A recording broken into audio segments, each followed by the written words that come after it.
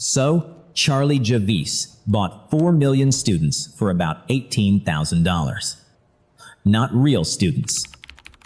A college professor cooked up the whole list for her on a spreadsheet. Then she used that list to sell her company, Frank, to JPMorgan Chase for $175 million. The biggest bank in America looked at 4 million customers and signed the check. So how does a company with fewer than 300,000 actual users end up worth $175 million? Because nobody counted until after the money moved. Frank started back in 2017, and the idea was honestly a decent one. Charlie was in her mid-20s, fresh out of Wharton, and she built software to simplify the FAFSA. That's the federal student aid form, the one every American family has to fight through when a kid is trying to pay for college. It's long, it's confusing, and people give up on it halfway. Frank promised to make it painless for a few $100 in fees. So the whole pitch was about real students, real kids drowning in real paperwork, getting real help. Students were the product. Which is what makes the ending so ridiculous, because students are exactly what she ended up inventing.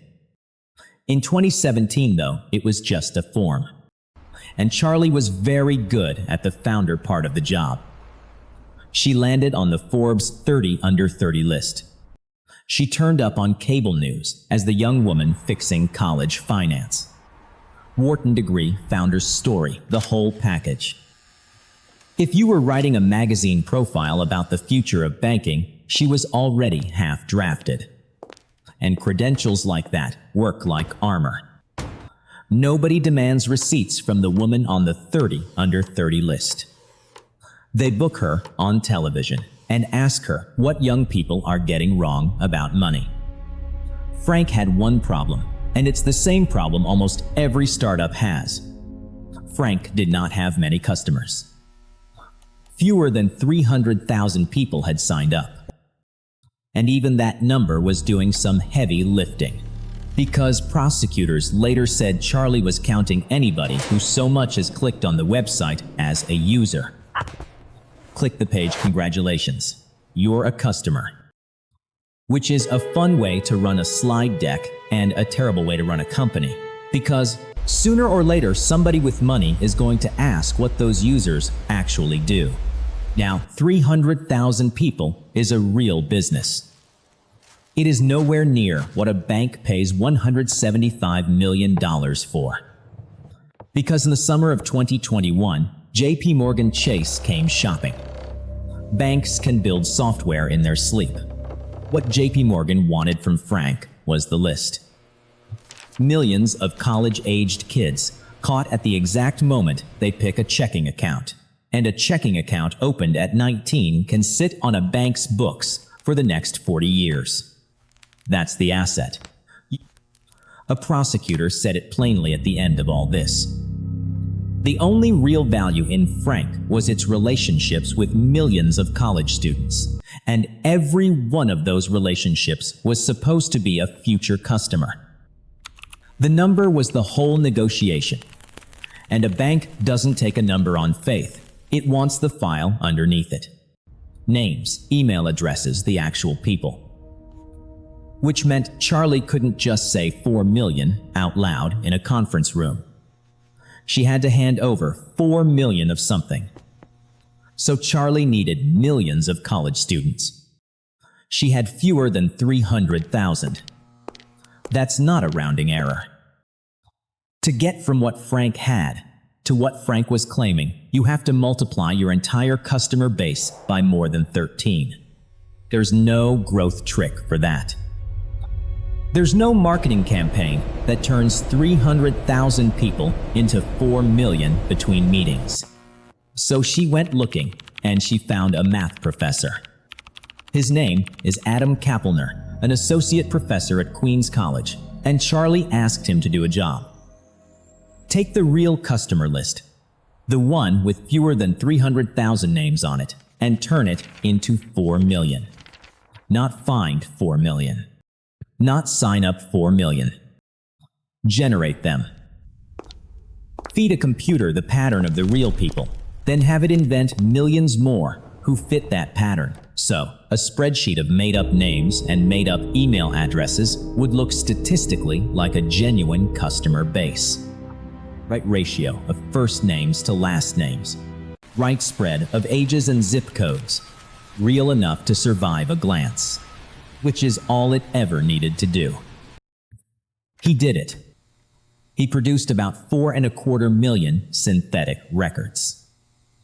He also asked her what the list was for, and she wouldn't tell him. So a math professor sat there manufacturing 4 million imaginary human beings. The person paying him refused to explain why, and the job went ahead anyway. He got about $18,000 for it. $18,000 is a used car. It's a couple of months of rent in Manhattan. That's what the entire foundation of a $175 million sale cost. And it got billed like a freelance gig. And he kept every file, every message, every version, the whole exchange, sitting on his machine. Years later, he sat in a federal courtroom and walked a jury through all of it, line by line. If you're going to build somebody 4 million fake customers, you should probably assume the guy you hired is keeping receipts. Then the deal closed. Summer of 2021, $175 million. Wired for a company whose customer base was mostly a math exercise on a laptop. Prosecutors said Charlie stood to pocket roughly 29 million of that personally. Sit with the trade for a second. About $18,000 went out to a professor. $175 million came back from a bank. That's close to $10,000 of sale price for every single dollar she spent making the customers up. And the only thing standing between those two numbers was somebody at the bank picking up a phone and dialing one of the names. Nobody did. If you're enjoying this one, hit subscribe. I dig one of these up every week. While Charlie was closing the biggest deal of her life, something else was building on the other side of the transaction. The bank's marketing department was getting ready to do the one thing nobody had bothered to do yet. Count. Because a bank that just bought 4 million young customers wants to start selling them things. That's the entire point of buying them. So the marketing team pulled roughly 400,000 of those frank accounts and sent out an email. A normal marketing blast. Nothing clever, nothing suspicious, just a company saying hello to people it now owned the relationship with. According to the bank's lawsuit, about 28% of those emails were delivered. 28%. Which means somewhere around 7 out of every 10 addresses on that list went nowhere at all because there was nobody standing on the other end of them. Real customer lists do not behave like that. The bank tested a slice of its 4 million new customers and found out most of them had never been born. JPMorgan paid $175 million and then went and looked at what it had bought. That is the order it happened in. By then, this wasn't just a Charlie problem anymore. Olivier Amar, Frank's chief growth and acquisition officer, was standing in it right beside her. And the whole thing walked out of the bank's legal department and into a federal case in Manhattan. In April of 2023, prosecutors charged her with 4 counts: securities fraud, wire fraud, bank fraud, and conspiracy. The SEC came after her too. She was released on $2 million bail. And she fought it. She pleaded not guilty and took the whole thing to trial. 6 weeks in a federal courtroom with the professor on the stand and his files in evidence. Her defense was that this had been a singular lapse in judgment at age 28. Her lawyers basically told the court, one bad moment, otherwise a good person, look at the rest of her life. They also argued that JPMorgan had rushed the deal because the bank was afraid a rival would grab Frank first. So in a way, the bank had done this to itself, which is a bold thing to argue while the professor who built your customers is sitting in the same room explaining how he built them. A singular lapse in judgment. She hired a math professor, commissioned 4 million people, and handed the file to the largest bank in the country. That took months, and it took planning. On March 28th of 2025, the jury came back. Guilty. All 4 counts. A jury sat through 6 weeks of it, read the spreadsheet, listened to the man who built it, and couldn't find a single count they had a doubt about. Sentencing came on September 29th of 2025 in front of a federal judge named Alvin Hellerstein. Prosecutors wanted 12 years. Her lawyers asked for 18 months, which would have had her out before the appeal. Paperwork finished printing. The two sides were describing completely different crimes. Prosecutors saw a deliberate, months-long fraud against the largest bank in the country. Her lawyers saw a bad afternoon. He gave her 85 months. Just over 7 years. Then came the money. The court ordered her to forfeit more than $22 million. And along with Amar, to pay JPMorgan back more than $287 million. That's a repayment order worth more than the entire sale that started this. Because the bank didn't just lose the purchase price, it lost everything it poured in afterward, chasing customers who weren't there. Charlie spoke at her own sentencing.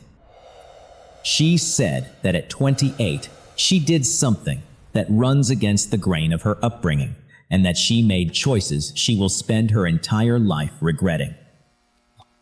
She said she was haunted that her failure had turned something meaningful into something infamous.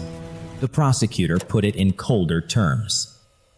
He told the court that what JPMorgan bought that summer was a crime scene. And then the judge. Hellerstein reached for the Bible, of all places. He told her that among the commandments are the commandments of just weights and measures, and that hers was not a just weight and measure. Then he said this to her face. "You're a good person. You've done a bad thing, and I have to punish you." So a company built to take the paperwork off real students got sold on students who didn't exist. Frank's entire reason for existing was that there were millions of kids out there who needed the help. Charlie apparently believed that so completely that when she ran out of them, she had 4 million more made to order. And she is not sitting in a cell tonight. She stayed free after the sentencing while her appeal works through the courts. So the 85 months are on paper, and right now the paper is still being argued over. Charlie Javice is 33 years old. She was convicted on 4 federal counts, sentenced to 85 months, ordered to forfeit more than $22 million, and she remains out of custody pending appeal. The professor walked away from all of this with about $18,000 and a seat in the witness box. If you ask me, he got the better end of that deal. More stories like this on the channel.